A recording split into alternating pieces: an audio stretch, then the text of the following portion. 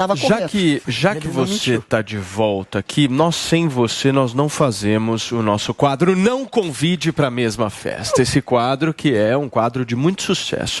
E hoje, de um lado, nós temos uma pessoa física e uma pessoa jurídica, correto? Pois é, Sérgio Moro e o jornal A Folha de São Paulo. Vamos à treta! Não vai ter festa onde os dois estão juntos, não sei. Vamos ter essa conclusão no final.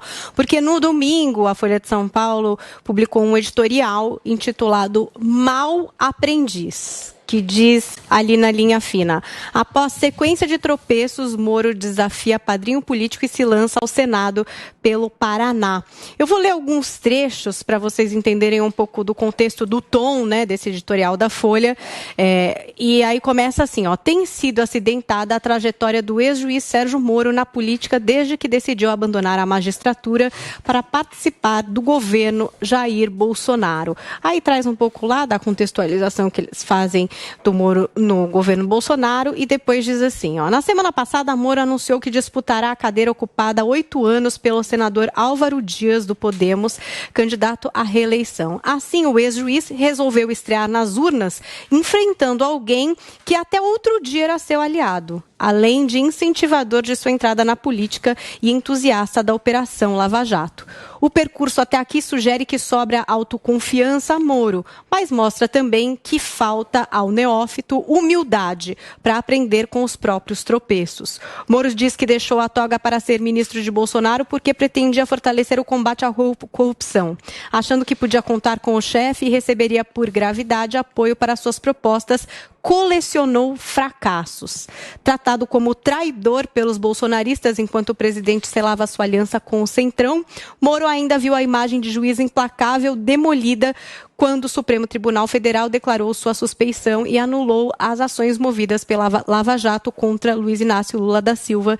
E assim segue esse editorial da Folha. No Twitter, Moro disse o seguinte: leio o editorial da Folha de São Paulo contra a minha pré-candidatura ao Senado pelo Paraná. Coerente. Para a Folha de São Paulo é Lula livre e a corrupção a gente vê depois, disse aí o pré-candidato Sérgio Moro. Muito bem, Paulinha, 1 minutinho para cada um de vocês. Guga, começa. Que injustiça, Sérgio Moro. A Folha de São Paulo, ela também caminhou com você nessa narrativa da Lava Jato, te tratou como herói por tanto tempo, nunca te incomodou por muitos anos, junto com toda a grande mídia. Só depois que eles viram que você tinha teto de vidro que passaram, de fato, a noticiar como um jornalismo tem que fazer quando tem notícia.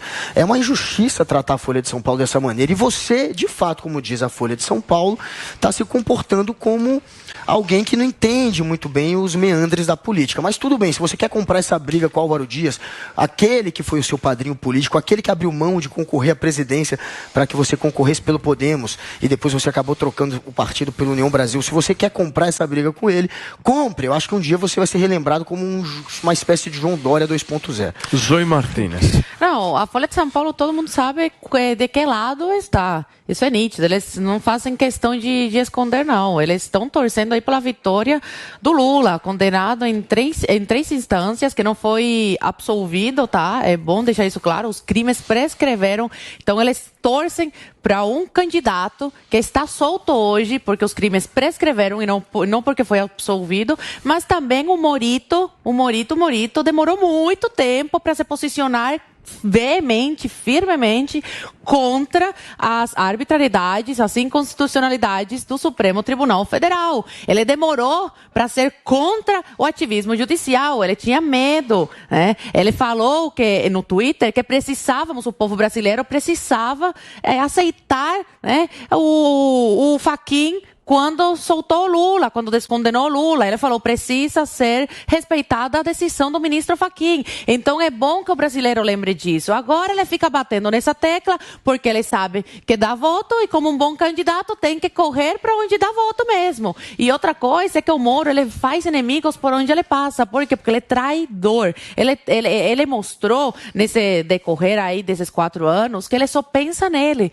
Ele não pensa no povo brasileiro, ele não pensa em que o Lula tem que voltar para a prisão. Não, ele pensa no próprio umbigo. E a traição com o Álvaro Dias, o padrinho político dele, que sempre o apoiou, diz muita coisa a respeito do Moro. Perfeito. Paulinho, 1 minuto para você. O Moro demorou para se posicionar contra ativismo judicial, Zoe, porque ele é e sempre foi um dos maiores ativistas judiciais do Brasil. É que a direita bateu palma para os ativismos do Moro e da Lava Jato porque eram úteis para destruir o Lula naquele momento. E sempre que a gente constrói, que a gente quer uma coisa certa e constrói do jeito errado, dá nesse desastre que está ocorrendo agora no Brasil. Então é por isso que o Moro não se posicionou contra o ativismo judicial, porque essa é a essência dele. Você estudar a trajetória acadêmica dele, inclusive, essa é a essência dele. A trajetória dele como juiz, essa é a essência dele, de um ativista. Graças ao bom Deus, o presidente Bolsonaro caiu em si e não o colocou no Supremo Tribunal Federal, senão a gente ia ter um dos piores lá dentro. Mas agora, na briga os entre crimes que ele julgou, todos estavam certos, né? Não, o problema é que ele foi só pro lado do PT, ele não investigou o PSDB.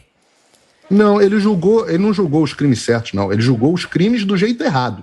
E não julgou nem os crimes que deveria ter julgado. O que ele fez foi um conluio com o Ministério Público para julgar do jeito errado as pessoas que eram sim bandidos. Se tivessem feito o trabalho que precisava ser feito, a situação poderia ser muito diferente. Hoje nós temos que chamar o Lula de inocente graças ao trabalho porco do Sérgio Moro e do pessoal da Lava Jato. Agora, na briga entre a Folha de São Paulo e o Moro, eu fico com a briga. Deixa os dois aí se arrebentarem. A única ressalva que eu tenho que fazer nesse caso é bem curta, é a seguinte: a Folha de São Paulo normalmente coloca as suas opiniões nas suas notícias. Nesse caso eu não vou nem criticar, porque eles colocaram a opinião pela primeira vez no lugar onde ela tem que estar, na parte de opinião, na parte editorial.